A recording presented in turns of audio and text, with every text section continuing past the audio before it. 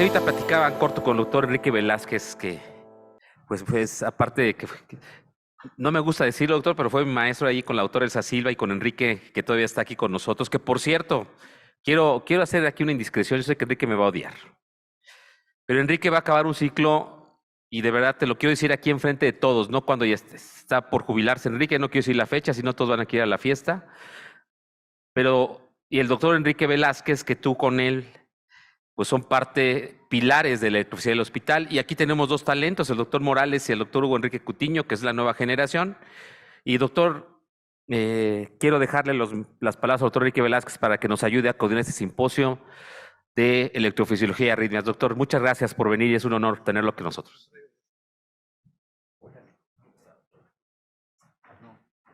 Buenas tardes a todos ustedes y qué bueno que se interesen por este tema que va a hablar de unos tópicos selectos en electrofisiología. Y para mí, por supuesto, que es un privilegio estar con todos ustedes, visitar y ver, reencontrarnos, abrazarnos, saludarnos. Antiguos médicos con los que trabajamos, para muchos que no me conocen, yo soy el doctor Enrique Velázquez Rodríguez, cardiólogo y electrofisiólogo, y que estuve solamente 31 años de actividad en el hospital. Este simposio es muy relevante. Uno de ellos es un tema selecto, como dijimos, en el cual sabemos que en las últimas décadas la terapia de resincronización cardíaca ha ocupado un lugar muy importante debido a que ha demostrado que mejora la sintomatología del paciente, disminuye la morbimortalidad y en pacientes con insuficiencia cardíaca y asincronía. Sin embargo, también sabemos, y ustedes también deben saberlo, que existe un porcentaje alto, 30, quizás en algunas publicaciones hasta el 40% de pacientes que pueden no ser respondedores a la terapia convencional, que implica la colocación de 2 electrodos derechos en la aurícula y el ventrículo derecho y un electrodo para estimular el epicardio del ventrículo izquierdo desde el seno coronario. Y además algunos otros aspectos cercanos al 16% de fracasos por una mala anatomía de la red venosa coronaria, aunado a que puede condicionar aumentos de umbral o desplazamiento o estimulación del nervio frénico. Por tal motivo, en los últimos años se han tratado de publicar, o se han publicado más bien muchos estudios observacionales que buscan superar estas limitaciones que implican la estimulación desde el epicardio del ventrículo izquierdo, notablemente con la estimulación endocárdica del ventrículo izquierdo, y de ese tema nos hablará el doctor Hugo Enrique Coutinho, que es electrofisiólogo del mismo hospital. Por otro lado, también un tema selecto en la electrofisiología, por supuesto que representan aquel grupo de pacientes embarazadas que presentan enfermedades cardiovasculares en el 5% de los casos y de las complicaciones más frecuentes, la presencia de arritmias cardíacas de diferente magnitud, ya sea que son de primera vez o que ya se conocen con arritmia y se presenten durante el embarazo en pacientes sin cardiopatía o con cardiopatía estructural. Y el doctor José Luis Morales nos va a hablar sobre la puesta en marcha de ese equipo multidisciplinario de reacción rápida obstétrica cuando uno se tenga que enfrentar a una arritmia ventricular compleja y no solamente proporcionarles una eficacia terapéutica, sino también, sobre todo y notablemente, la seguridad tanto de la madre como del producto del embarazo. Les presento entonces al doctor aquí, Enrique Martínez, que va a fungir como secretario en esta mesa también y nos acompañará este día. Y todos ustedes saben también de su brillante trayectoria en muchos años dentro del mismo servicio de electrofisiología del Hospital de Cardiología. También cedo ahora el micrófono al doctor Enrique Coutinho, que funge como coordinador del simposio.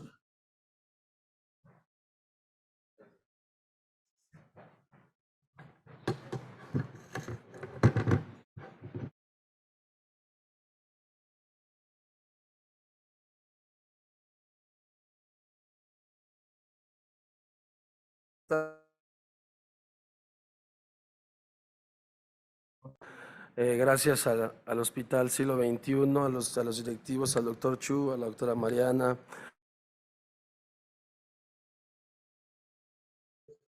También, y un honor para mí estar ante ustedes. Si me permiten hablar un poco de mis compañeros de esta sesión, fácilmente yo podría decir que es una parte central en electrofisiología, los 3 profesores que tenemos aquí enfrente. En cuanto a la estructura y en la historia, yo creo, y la práctica de electrofisiología, el doctor Enrique Velázquez, que pues yo nunca tuve la fortuna de trabajar con él en el hospital, pero hemos visto algunos pacientes en conjunto. El doctor Enrique Martínez también, una institución en el siglo XXI en nuestra área, que también he podido aprender algunas cosas, y el doctor Morales, que también ha sido parte de mi enseñanza desde que yo era residente de cardiología, y compañeros ahora, y pues también lo considero como un maestro para mí. Y ya para entrar en el tema, realmente tenemos dos temas súper padres, no es por presumir, pero son dos ponencias que son fascinantes, yo creo, tanto la estimulación con resincronización cardíaca vía endocárdica, que es un protocolo que estamos haciendo aquí en el siglo XXI y que no en muchos lugares creo que se hace, ¿no? Yo lo había visto pocas veces hasta llegar a este hospital. Y el código Mater en electrofisiología por el doctor Morales, que es un tema también fascinante, porque hemos visto pacientes embarazadas con taquicardias graves que requieren estimulación, y bueno, eso hablará el doctor también. Y bueno, ya entramos al tema. Entonces, vamos a hablar de la resincronización endocárdica vía transeptal. Normalmente, pues, hacemos conflicto de intereses. Nosotros, lo que se sabe en cuanto a resincronización cardíaca en el mundo es vía epicárdica, ¿no? La punción subclave, llegar al seno coronario y dejar el cable ahí para hacer una resincronización cardíaca, ¿sí? Pero pareciera, no tengo, ¿cuál es? Perdón, ahí está. Entonces, la estimulación vía transeptal endocárdica, por varios estudios que se han hecho en modelos animales, pareciera ser más fisiológica que la epicárdica, y tiene toda pues la lógica, ¿no? De una estimulación endocárdica, claro que es más fisiológica, ¿no? Claro que todavía no es un procedimiento que nosotros hacemos de primera instancia, ¿no? Por muchas cosas que les vamos a platicar, pero realmente se puede hacer en pacientes como una vía alternativa que no ha sido posible la resincronización habitual. Aquí, ¿a qué sería? Que sea un problema anatómico o que realmente haya fallado por alguna razón la tecnología que se utilizó. Entonces, lo estamos utilizando como una vía alternativa de pacientes que no pueden ser resincronizados de la manera habitual como se hace en otras partes del mundo.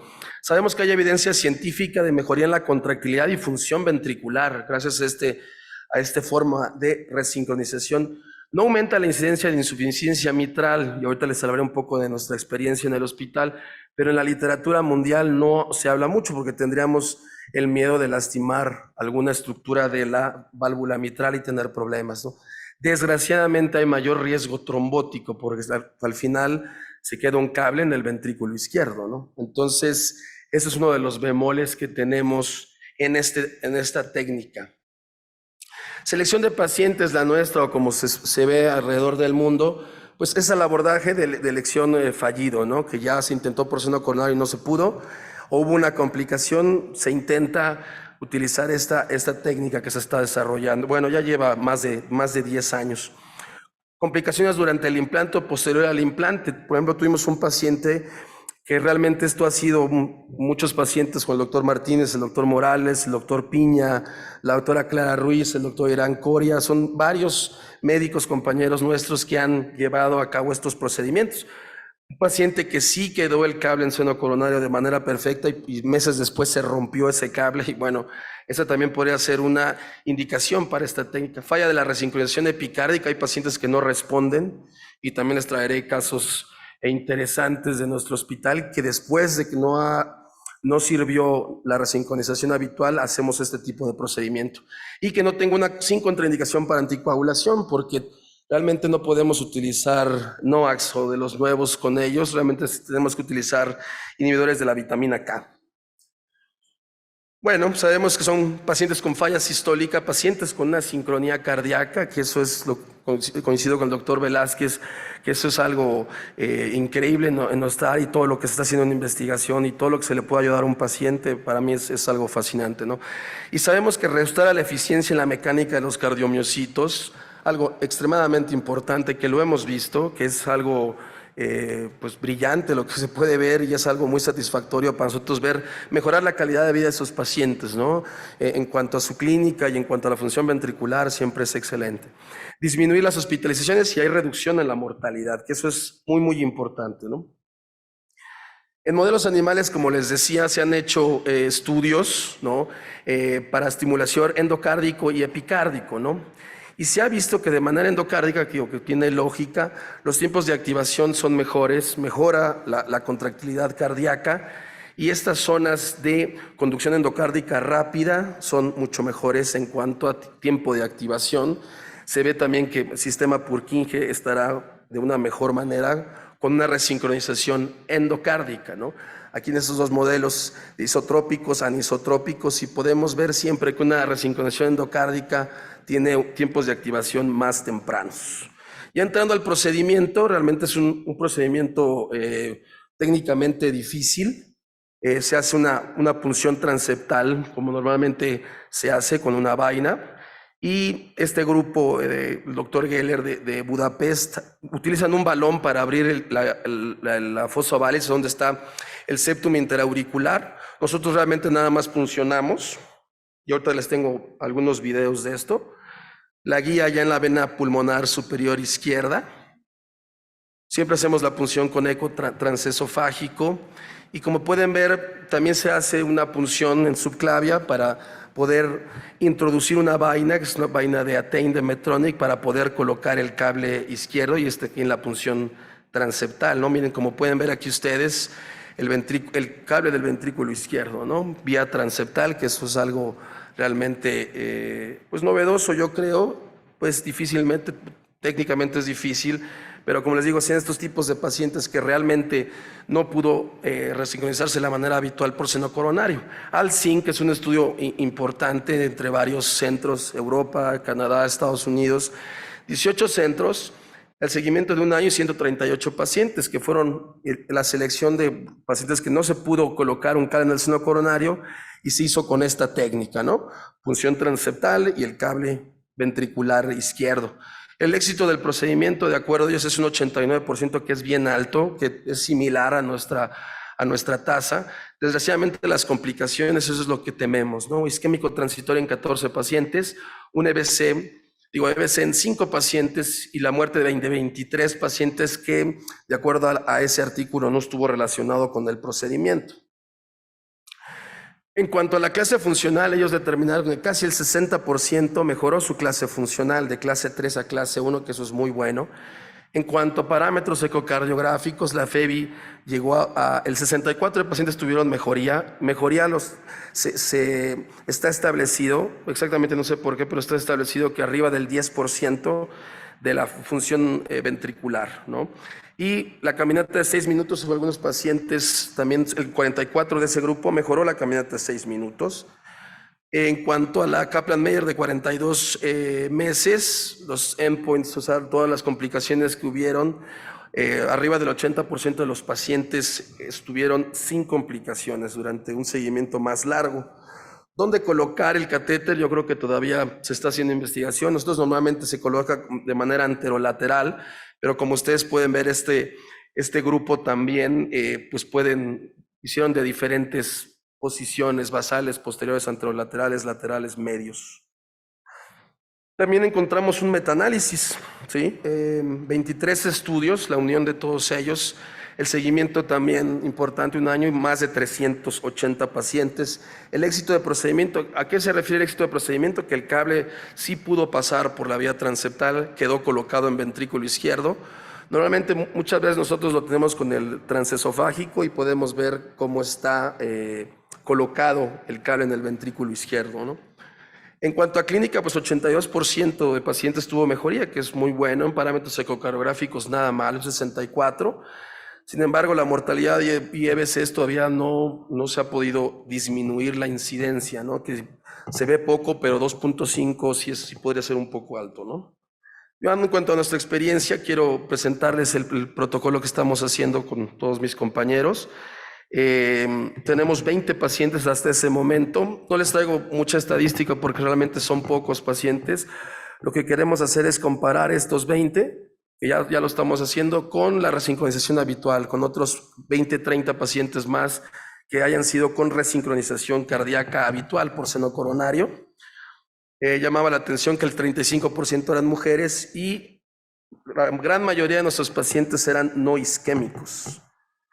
Nuestra experiencia de 2018 a 2023, 20 pacientes, 3 complicaciones, un paciente con un derrame pericárdico durante el procedimiento que ahorita se los voy a presentar, un paciente con un EVC posterior al procedimiento y una trombosis venosa profunda que también se pensó que estaba relacionada a la punción femoral. Y nuestro éxito de procedimiento es el 80%, similar a las publicaciones internacionales. Entonces, el éxito pensando que realmente sí pudimos colocar el cable y que no hubo complicaciones. En cuanto a nuestra experiencia, nuestra clase funcional, el 85% de pacientes han mejorado, están en clase 1. La mitad de ellos, la función ventricular ha mejorado, algunos de manera muy importante, 20, 30% más de fracción de eyección, que eso nos ha sorprendido. Afortunadamente no hemos tenido mortalidad. Es un paciente del centro con una rama izquierda y el paciente bloqueo completo de rama izquierda con asincronía, disfunción sistólica, que claro que fue llevado, como pueden ver aquí, un cable auricular y el cable en el seno coronario para resincronización cardíaca. Y este paciente realmente no hubo mejoría y parte del equipo prefirió poner un cable en el ventrículo izquierdo, como les decía, como ha sido esta experiencia. Y miren lo sorprendente del electrocardiograma, ¿no? Es la estimulación biventricular con un QRS más o menos de 60 milisegundos. Es el mismo paciente que tenía la resincronización epicárdica y la resincronización endocárdica. Este paciente tenía de 17 a 38% de fracción de eyección. Entonces hubo una mejoría en cuanto a su clase funcional y en cuanto además a parámetros ecocardiográficos. A ver si se pone el video. Como pueden ver, aquí tenemos un cable en la aurícula. Este es un cable en seno coronario y ahí se está haciendo la punción transeptal, aquí un poco de contraste, oblicuo anterior izquierda, ¿no? Cavidades izquierdas, cavidades derechas, el eco transesofágico, y así es como nosotros hacemos la punción transeptal. Aquí estamos peleándonos con la orejuela y ya afortunadamente ya podemos pasar a la vena superior izquierda. Y por vía, por arriba, por tórax, entonces se hace el abordaje con vena subclavia. Miren qué padre como por esa punción transeptal puede pasar el cable hacia ventrículo izquierdo, más o menos como pared anterolateral, algo así.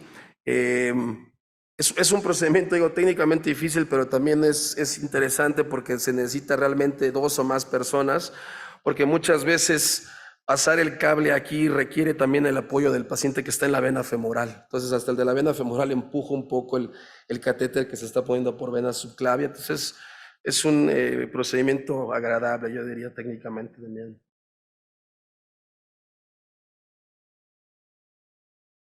En oblicua derecha, como pueden ver también ya este cable ventricular de 80 centímetros, un cable normal de marcapasos, nada más de mayor longitud, y queda bien anclado por la hélice, ¿no? Hacia al músculo. Y también los compañeros del doctor Santiago y otros hemodinamistas que también nos han ayudado, y este es un abordaje también que ha estado desarrollando el doctor Morales, que se me hace muy interesante, muy padre, porque ellos con un catéter lazo por vena subclavia logran jalar un poquito el cable hacia ventrículo izquierdo. Esto se los voy a mostrar. Realmente lazan la vaina, como van a ver, y ahorita vamos a pasar por vía transeptal aquí. Este catéter, miren cómo está modificando y está tratando de moverlo para pasar a la vía transeptal, ¿no? Y así después poder colocar el cable ventricular.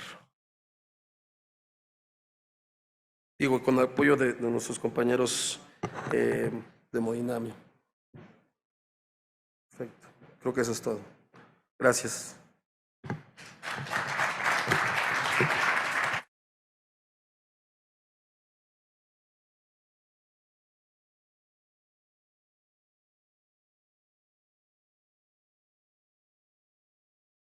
Bueno, muy interesante, Hugo. Si hay alguna pregunta del público, por favor, háganoslo saber.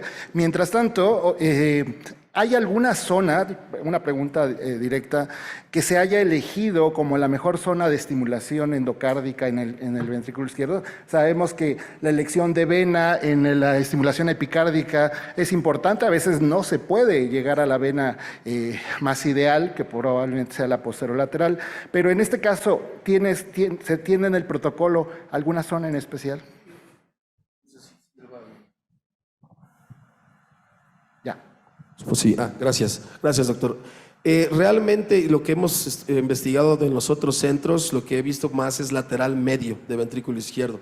Y realmente nosotros con el ecocardiograma transesofágico sí hemos hecho más anterolateral, que pensamos que esa puede ser como la mejor posición.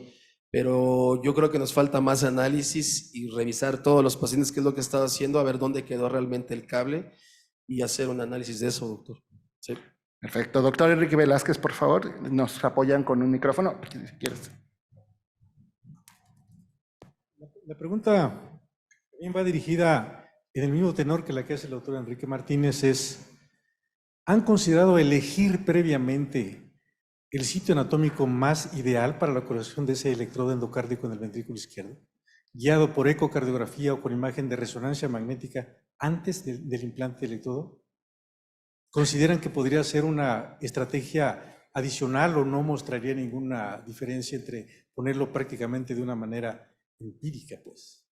Yo creo que realmente no lo hemos hecho así como usted dice, pero yo creo que es muy buena idea quizás planear por algo de resonancia magnética y en algún momento decidir cuál es la mejor opción. Pero realmente no lo hemos hecho, no sé si usted tenga otra opinión, realmente es más en el momento del procedimiento. Sí, eso es interesante porque, bueno, si bien no son isquémicos, también la cardiomiopatía dilatada pues tiene zonas de fibrosis en mayor o menor. Quizá podría ser un buen aporte y tenemos el recurso de la resonancia, sí, pues poder ver las zonas que más podríamos. No sé si tengamos alguna pregunta en el público. No. Bueno, y la anticoagulación ha sido un problema, se le plantea antes al paciente, ¿cómo es esta parte de la anticoagulación?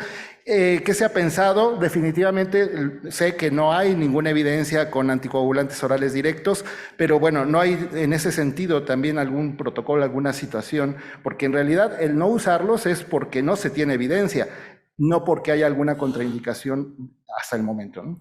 Con la doctora Clara, bueno, también con el doctor Morales, sí platicamos con los pacientes de este bemol en cuanto que requiere anticoagulación formal. Todos han aceptado. Hemos tenido nada más un evento adverso en cuanto a eso, el evento vascular cerebral isquémico, que hay series que está reportada hasta un 7% en las series, es alto desgraciadamente. Y si hay un paciente, doctor, que después hubo una contraindicación, no recuerdo cuál, de inhibidores de vitamina K, y tiene anticoagulante nuevo y está bien. Entonces yo creo que ese es un buen tema de investigación, revisar si los NOAC pueden caber en este escenario, ¿no? Perfecto. No sé si hay alguna pregunta del público y si no, pues damos adelante, doctor José Luis Morales, por favor. Bueno,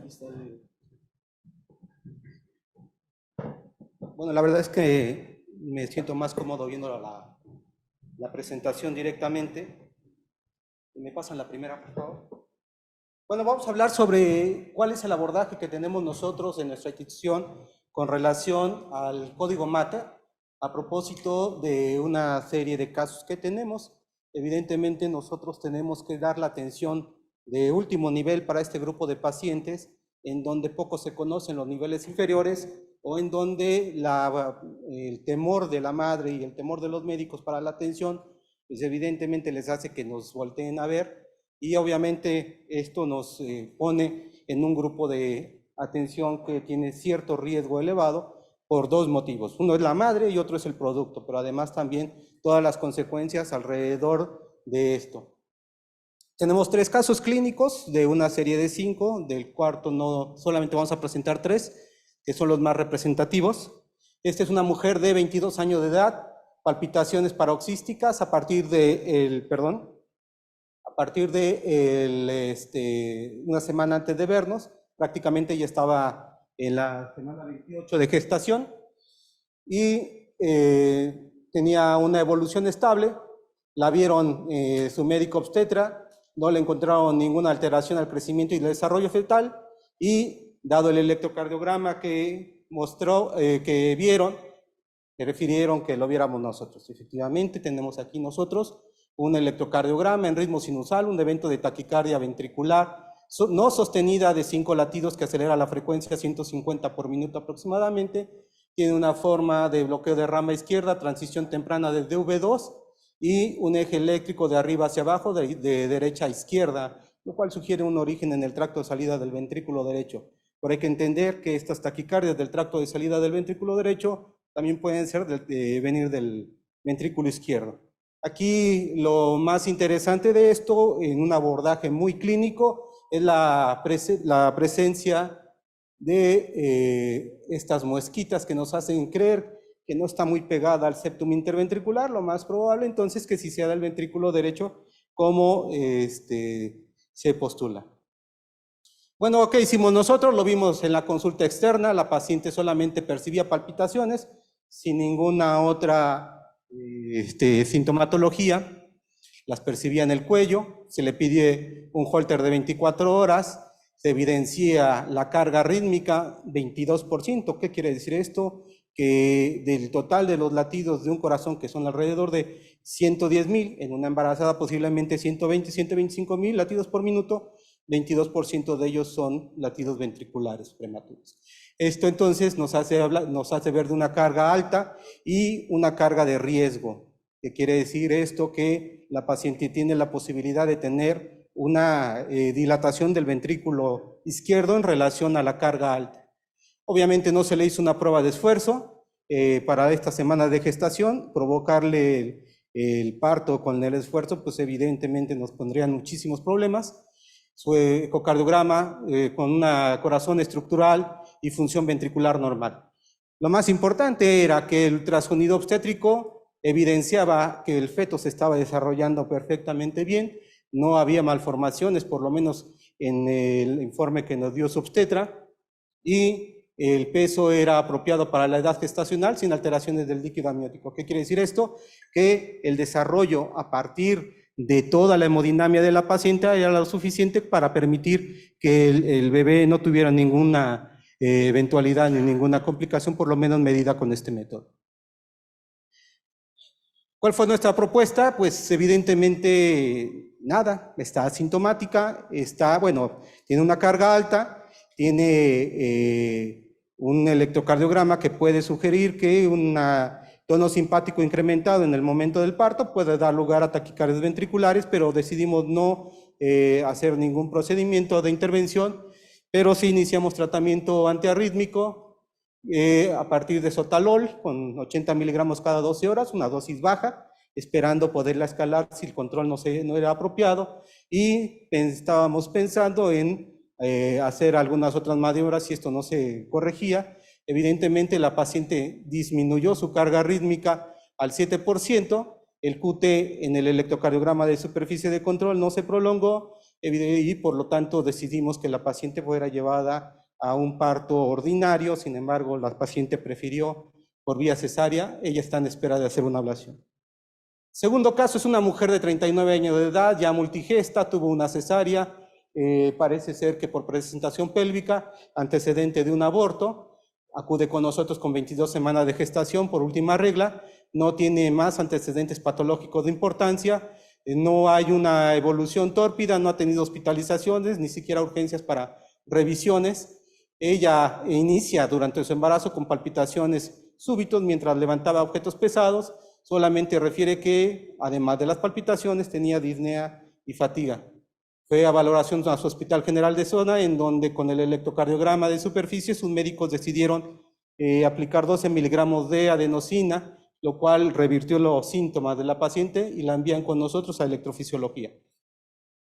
Este es su electrocardiograma, vean ustedes, es una taquicardia de QRS estrecho, RR regular, la onda P se insinúa después del complejo QRS, la activación ventricular sugiere ser muy a partir de His-Purkinje, y bueno, pues no tiene grandes implicaciones para pensar que es una taquicardia supraventricular y evidentemente la respuesta con la adenosina nos hace pensar que por lo menos, sabemos, utiliza el nodo atrioventricular para poderse mantener, de tal manera que la sospecha clínica es o es una vía accesoria ortodrómica con una taquicardia ortodrómica o es una reentrada de la unión atrioventricular, que pues, evidentemente son las que mejor responden con este tratamiento.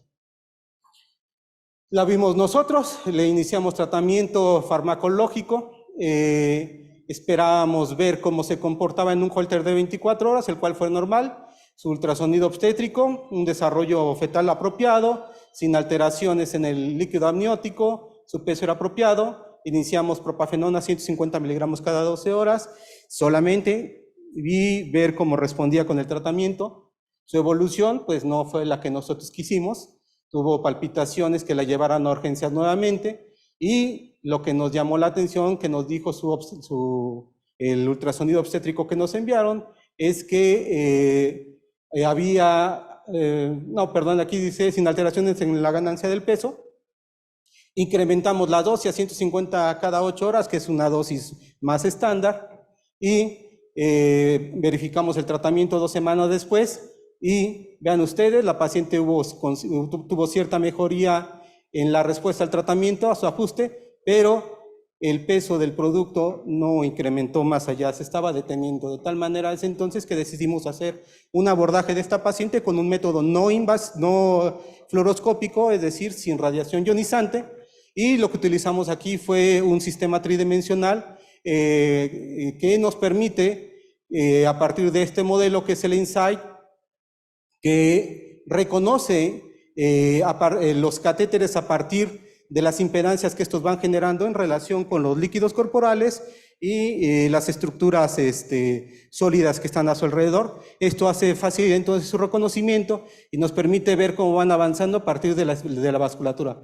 En este caso, vean ustedes, avanzamos un catéter por la femoral derecha, con el cual se hizo una reconstrucción tridimensional del mapa. Tenemos aquí la aurícula derecha, tenemos la vena cava superior, la vena cava inferior, este piquitito que están viendo para acá es el seno coronario. Obviamente estaban horribles las imágenes con los catéteres, por eso se los tuvimos que quitar. Y vean ustedes, este es el punto de aplicación de radiofrecuencia. Aquí está su electrocardiograma en taquicardia. Vemos que el GIS se activa primero, de tal manera que esto, para empezar, corrobora que es una taquicardia supraventricular. Una conducción muy parecida al del ritmo sinusal y aurículas y ventrículos prácticamente activándose al mismo tiempo, corrobora la sospecha de una taquicardia por reentrada de la unión atrioventricular. La paciente tuvo una ablación exitosa en la zona de la vía lenta y está asintomática después de 1 año de tratamiento. El caso número 3 es una paciente de 26 años de edad, ella licenciada en Derecho y un poco obviamente exigente en relación a sus demandas para con nosotros. Llega, ella sabía que tenía un trastorno de la conducción congénita porque la estaban viendo en otro hospital y ella sabía que tenía más o menos esto desde los 10 años de edad. Tuvo un primer parto, lo atendieron en forma privada. Ella comenta que tuvo una revisión o estuvo vigilancia por cardiología, no hubo complicaciones, su bebé nació bien, sin ningún problema. Acude con nosotros por un embarazo, un segundo embarazo, 16 semanas de gestación a partir de la última regla, pero ella ahora nota deterioro de su capacidad funcional desde hacía 2 semanas, falta de concentración, presíncope, aunque nunca se desmayó. Sus determinaciones de presión arterial en 90/60, 60 latidos por minuto y un poco respirando rápido, a 25 respiraciones por minuto. Su electrocardiograma es un electrocardiograma que evidencia un corazón horizontalizado, tiene una conducción 1 a 1 con un PR normal. Aquí me daba la impresión de que venía una onda P, sin embargo me parece que es la onda T, o si la tiene escondidita y entonces es difícil valorar si es un 2x1 o una conducción 1 a 1. Aquí la T se ve diferente con respecto a esta P, por eso lo dejé clasificado como conducción atrioventricular normal. Y vean ustedes el segundo trazo, aquí ya tiene una onda P que se bloquea y la otra pasa. Esta me queda nuevamente la duda si es una onda P metida en T, y entonces si fuesen 3 latidos bloqueados o más de 2 latidos bloqueados, por definición es un bloqueo AV de tercer grado avanzado. Si esa no fuera P, pues es un bloqueo de segundo grado 2x1. Como sea, la paciente está sintomática y evidentemente también tiene alteraciones en el crecimiento fetal y está muy sintomática. Con base a todos estos, aquí el ultrasonido obstétrico dice que tiene bajo peso para la edad gestacional. ¿Qué quiere decir esto? Que estos trastornos de la conducción sí están alterando la perfusión placentaria, por lo tanto hay uno del binomio que está sufriendo por ello y por lo tanto tenemos que actuar en consecuencia. Entonces la propuesta es la colocación del marcapasos y nuevamente utilizamos un sistema tridimensional.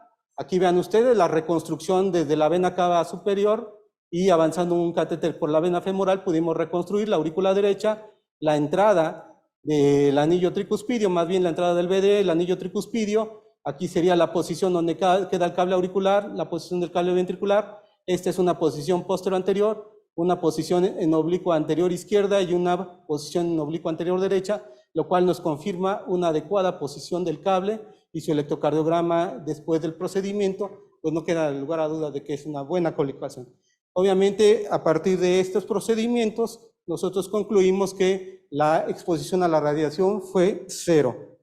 Hablemos entonces del código Mater en este grupo de pacientes. La mortalidad materna ha incrementado o está incrementada y desde el año prácticamente 2015 se echaron a andar todos los protocolos de protección a este grupo de pacientes, a mujeres y evidentemente al niño. Vean ustedes lo importante de esta epidemiología. En países como el nuestro hay 239 muertes por cada 100,000 nacidos vivos, en tanto que un país que tiene una buena manejo de este grupo de pacientes que en riesgo por el embarazo es tan solo de 12. Evidentemente es prácticamente 1000 veces, bueno, un 1000% más bajo que nosotros, que países como el nuestro.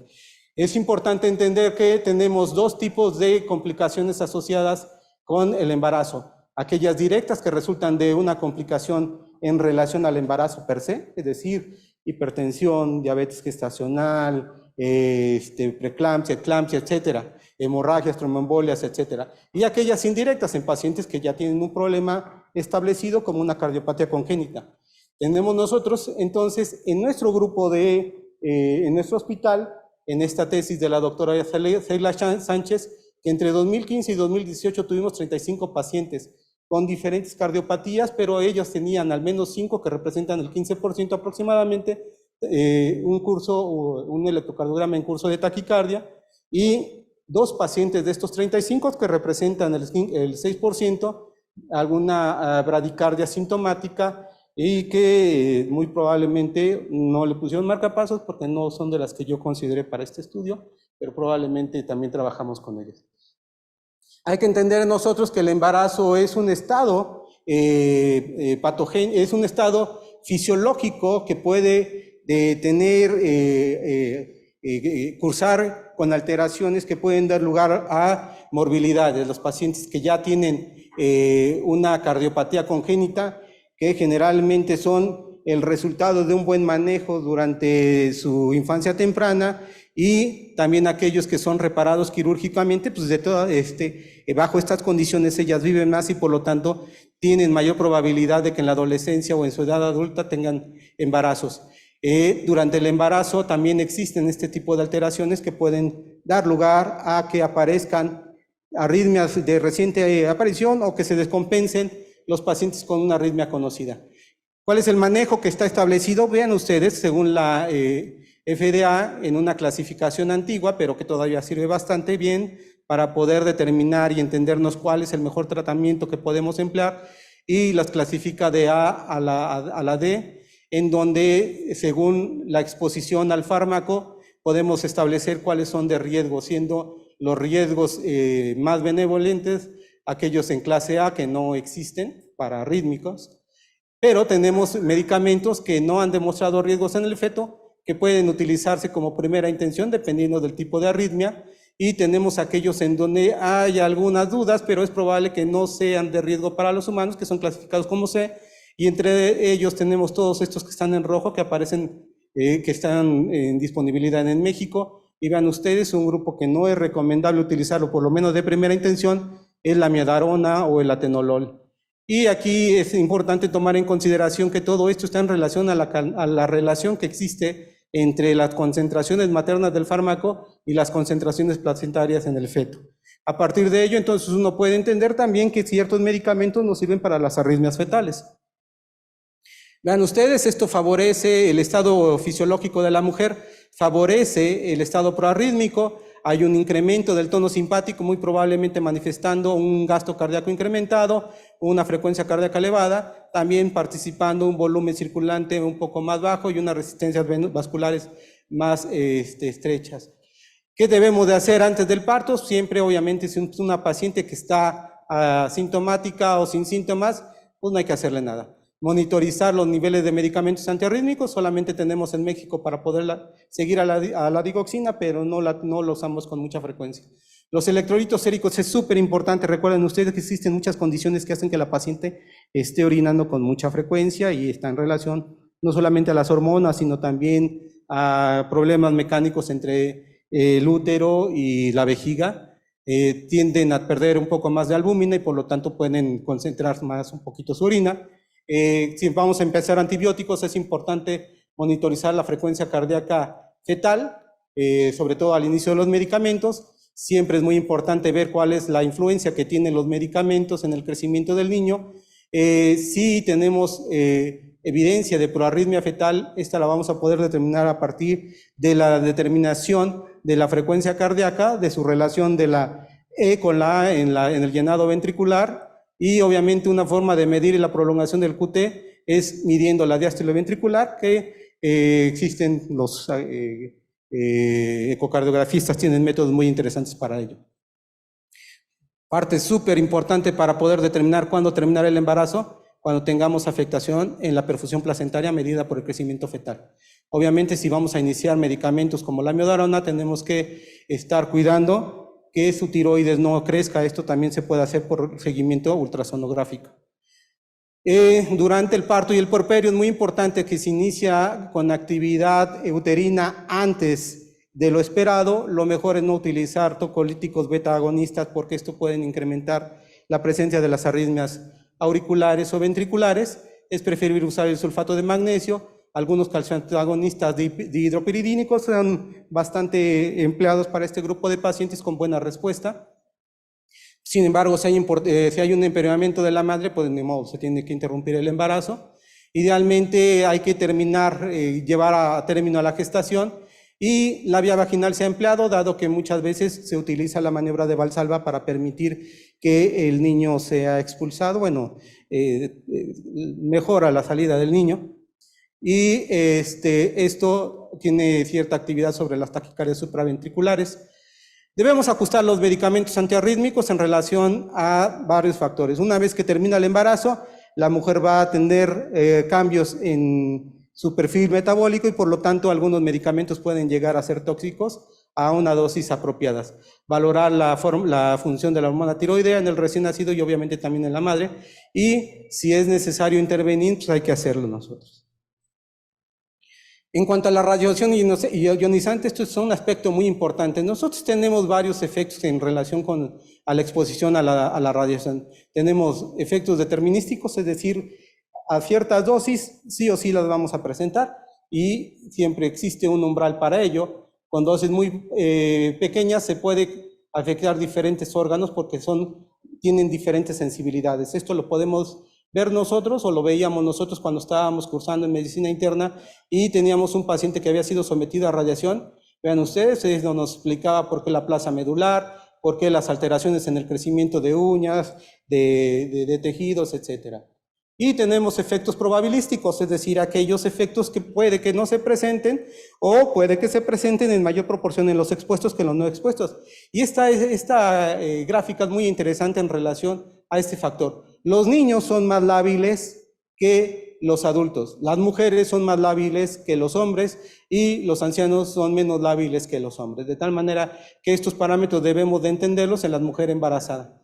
Y obviamente el punto en donde la toxicidad incrementa para el recién nacido son los 100 milisieverts y la exposición a diferentes edades gestacionales puede dar diferentes factores de riesgo con diferentes dosis. Y vean ustedes, lo más importante es que, bueno, quizá no nos da mucha guerra este grupo de pacientes en donde la exposición se dio poco tiempo después de la concepción, porque la mayoría tiene abortos, pero vean ustedes, a partir de la 8ª semana de gestación y hasta la semana 25, las alteraciones del sistema nervioso central o del cerebro son muy importantes y prevalentes, pero lo más importante es que la afectación, si bien ya no se manifiesta después de las 25 semanas como alteraciones en la formación, sí van a tener efectos funcionales en el niño, manifestado como retraso mental con coeficientes intelectuales más bajos. Obviamente, exposiciones tardías también pueden dar lugar a retardo en el crecimiento, cáncer, tienen mayor propensión a tener cáncer y parto pretérmino. Afortunadamente los niños están ciertamente protegidos en relación a los procedimientos que nosotros hacemos, pero vean ustedes, a pesar de ello, tenemos nosotros necesidad de la exposición y si bien no son tan frecuentes, sí son de mucha importancia. Vean ustedes, aquí dice que hasta 3 tomografías no alcanzan los 100 miligrados, que son el punto de corte para determinar el riesgo. Vean ustedes, estos son los estudios que generalmente hacemos en un hospital de cardiología. Estas son las dosis que exponemos a los pacientes. El estudio de mayor relevancia, que es esta tomografía por emisión de positrones, expone a 25 milisieverts. ¿Qué quiere decir esto? Que esta comparación es 3.5 milisieverts son alrededor de lo que nosotros estamos expuestos en un año. Esta comparación dice que este paciente que se expone a esta tomografía es como si estuviera expuesto 8 años a la radiación que debería de recibir en un año. Y aquí están los riesgos. El riesgo en general son mínimos a bajos, y estos están en relación para el número de eventos por entre 1,000 o 10,000 pacientes. Y en lo que hacemos nosotros en el hospital, vean, prácticamente todos son de riesgo moderado, con exposiciones bastante grandes. Nosotros en electrofisiología cardíaca podemos tener una exposición, por lo menos en una resincronización cardíaca, de 22 milisieverts. Recuerdan ustedes lo que veíamos en el SPECT-CT, que era de 25, pues prácticamente nosotros tenemos lo mismo con esto, más frecuentemente. Obviamente también es importante tomar en consideración los riesgos maternos con relación al tipo de arritmia que tenemos. Arritmias extrasístoles auriculares o ventriculares son de bajo riesgo, mortalidades muy bajas.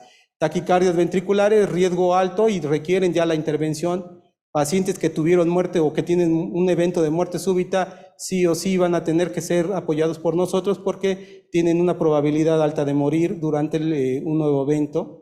Y se recomienda que nosotros trabajemos con los perinatólogos para la atención de parto en este grupo de pacientes con clase 4 y 3 de la OMS. Muchísimas gracias.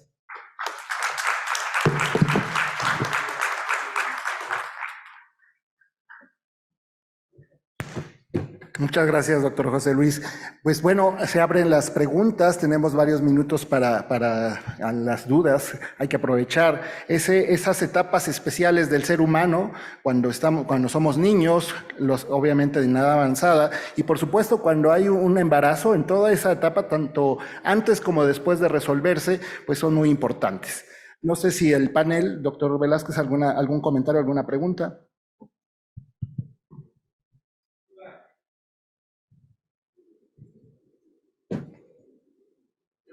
Creo que ya está bien. Sin duda muy interesante la conferencia del doctor Morales. Que sí, efectivamente, de entrada es un reto, no solo a tratar a la taquicardia como tal, sino en quién se está presentando, la madre, y el efecto sobre el feto. Nunca puede verse de manera individual cada una de ellas.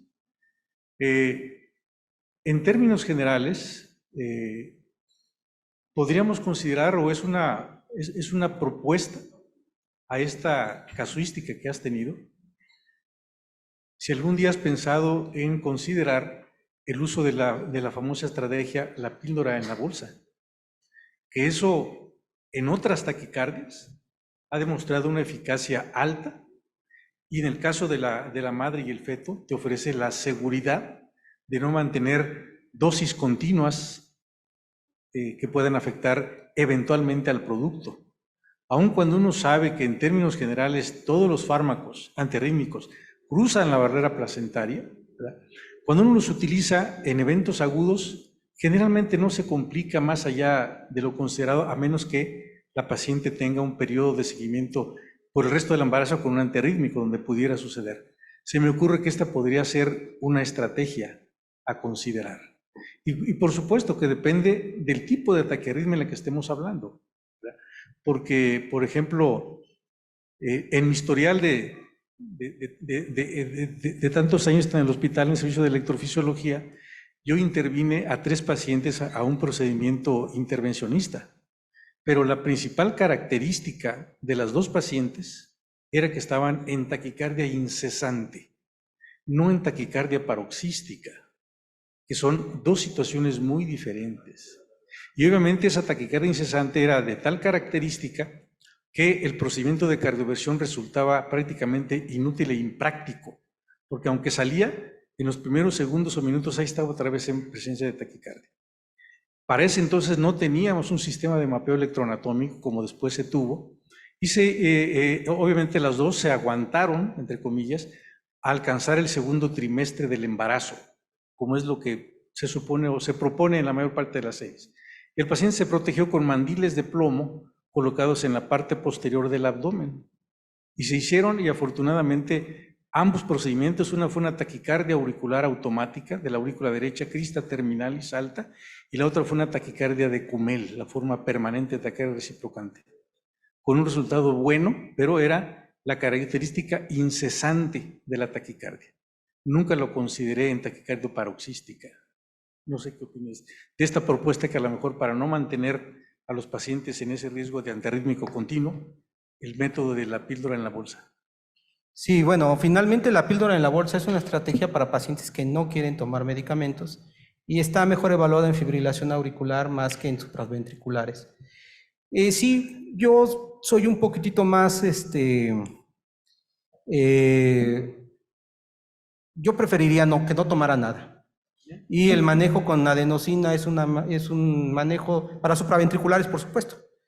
Es un manejo, es un medicamento de acción rápida y no tiene ningún efecto sobre sobre el bebé. Sin embargo, hay reportes que dicen que incrementa la posibilidad de contracciones uterinas y de adelantar el parto, que obviamente pues, nunca he visto uno. Sí, por supuesto, la propafenona, 2 pastillas juntas y esperar a que se retire y si no irse al hospital, pues es una buena maniobra para aquellos que tienen estas condiciones. ¿Por qué metimos a esta paciente? Porque estaba muy sintomática, ya había pasado más allá del segundo trimestre del embarazo y se puede dar dosis de radiación pequeñas para lo que íbamos nosotros a hacer, pero bueno, ya tenemos el método, ya no tenemos una excusa para no hacer procedimientos sin fluoroscopía. Doctor Hugo Coutinho, ¿quería hacer algún comentario? Sí, gracias.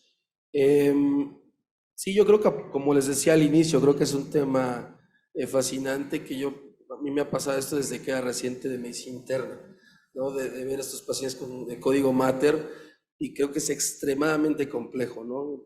En instituciones la presión que se ejerce sobre el médico tratante creo que es difícil, ¿no? Y el miedo también del niño, y bueno, son de los procedimientos más complejos yo creo que tenemos, como hemos hecho también con los compañeros, ablaciones de taquicardia ventricular por poder inmediato, ¿no? Que fue uno de los casos que tuvimos y fue exitoso. Entonces, es un tema fascinante a mi parecer, y utilizar ahorita el modelo electroanatómico y cero fluoroscopía para estimulación o para ablación, creo que pues ese es hacia donde vamos. Por supuesto que las estrategias que se han comentado en tercer nivel pues son las adecuadas. Aquí hay que recordar también que el código Mater no solo se da en situaciones de cercanía a un tercer nivel, y a veces el trasladar a una paciente en ese escenario no es tan sencillo como quisiéramos. Y entonces ahí, bueno, durante casi 2 años estuve en el Hospital General de Zona número 8 y está colindante con la Gineco 4, en un tiempo en donde no teníamos mapeo electroanatómico, anatómico, donde no teníamos muchos recursos, incluyendo la adenosina. Entonces, ahí también hay que aclarar que el uso de antiarrítmicos, si bien no es lo deseable, y eso se ha puntualizado y se ha subrayado, yo creo que hay que dejarlo muy claro, si es posible evitar el uso de antiarrítmicos hay que hacerlo. Pero también hay que considerar que si el tratamiento se puede dar y podemos esperar para que hacerle el tratamiento definitivo, la historia nos ha dicho que se puede hacer, que el feto no tiene mayores consecuencias y que hay que hacerlo. Siempre hay que pensar en la seguridad global del binomio. Y en ese sentido, pues a veces lo único que nos queda es dar tratamiento para que la paciente no esté cayendo en eventos repetidos, porque también es un riesgo, y no sé si lo han vivido, seguramente sí, llega a un hospital de segundo nivel en donde no tienen gran conocimiento y empiezan a poner primero amiodarona que otra cosa. Y entonces ahí ya caemos en un riesgo. Entonces yo creo que hay que tener cuidado.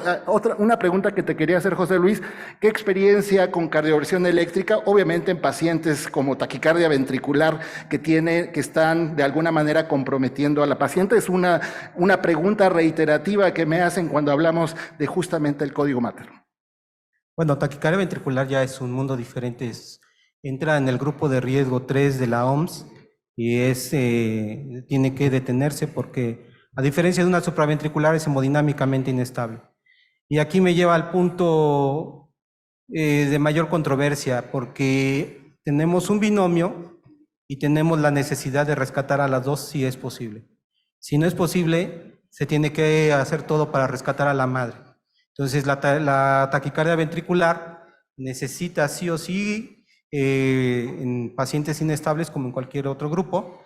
Cardioversión eléctrica tiene sus condiciones de aplicar la terapia eléctrica, diferentes a las de una persona que no está embarazada, y algunos reportes han establecido que se adelanta el trabajo de parto o que puede adelantarse el trabajo de parto, pero lo que sí es que no han encontrado afectación en el feto con la descarga eléctrica aplicada como se utiliza para la embarazada.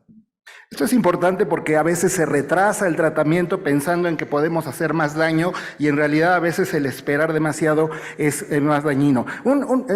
Aprovechando aquí, haciéndole promoción al doctor Héctor Galván, que están viéndonos en línea, me hicieron llegar algunas preguntas, esto un poco para la primera, y es que, bueno, me hicieron recordar el doctor Luis Olmos del quinto piso del servicio de insuficiencia cardíaca, pues la estimulación gisiana. Hoy tenemos varios pacientes que hemos tratado como alternativa a la resincronización fallida epicárdica a través del seno coronario y nos ha ido bien. ¿Tú qué opinión tienes y cuál pondrías como primera línea de manejo en la alternativa de tratamiento? Y sí, de hecho era algo que queríamos también platicar con ustedes eso y lo que hemos estado platicando en el servicio, de valorar estas tres posibilidades: resincronización habitual por seno coronario, resincronización de técnicas novedosas, como usted dice, de His, rama izquierda, fascículo anterior, fascículo posterior, y lo que presenté hoy, ¿no?, de resincronización por vía transeptal. Y como ya tenemos varios pacientes de los tres grupos, nuestra intención es seguirlos y continuar ese tipo de protocolos, porque creo que His y rama izquierda está revolucionando todo, ¿no? Y yo creo que hoy día el His y rama izquierda están un poquito pues más utilizados, al menos todavía no tenemos resultados globales y todavía no están en guías con un nivel de evidencia muy alto, pero creo que va creciendo rápidamente, ¿no? Pero llevamos, yo creo que 15, usted dirá, 15 en el hospital más o menos, ¿no? 15 o 20 pacientes con estimulación, con técnicas novedosas, His y rama izquierda y todo eso. Yo creo que sí hay que darle mucho sentido a eso, doctor. Sí. ¿Algún otro comentario del panel? Bueno, yo solamente quisiera comentar que la estimulación con rama izquierda es una estimulación mucho más sencilla, que tiene umbrales de captura mucho más bajos que la estimulación de His, pero no es la terapia, por lo menos en estos días, en este momento, como para sustituir a la terapia de resincronización cardíaca ordinaria. Se utiliza cuando no puedes tú o tienes consecuencias o tienes condiciones que no te permiten colocar el cable vía seno coronario. Entonces, hay todavía mucho que aprender. No todos los pacientes responden desafortunadamente, pero hay buena respuesta y es probable que sustituya o que tengamos que abandonar, y eso me comprometo con lo que estoy diciendo, y es solamente de mi parte, que tengamos que abandonar la estimulación del cable en el ventrículo izquierdo, porque los resultados en rama izquierda parecen prometedores. Muy bien, no sé si alguien del panel, alguna pregunta, algún comentario. Creo que estamos terminando bastante bien en tiempo. Les agradezco haber acatado a los tiempos. Les agradezco sus ponencias. Doctor Enrique Velázquez, un placer siempre estar con usted. Muchas gracias por estar con nosotros. Muchas gracias.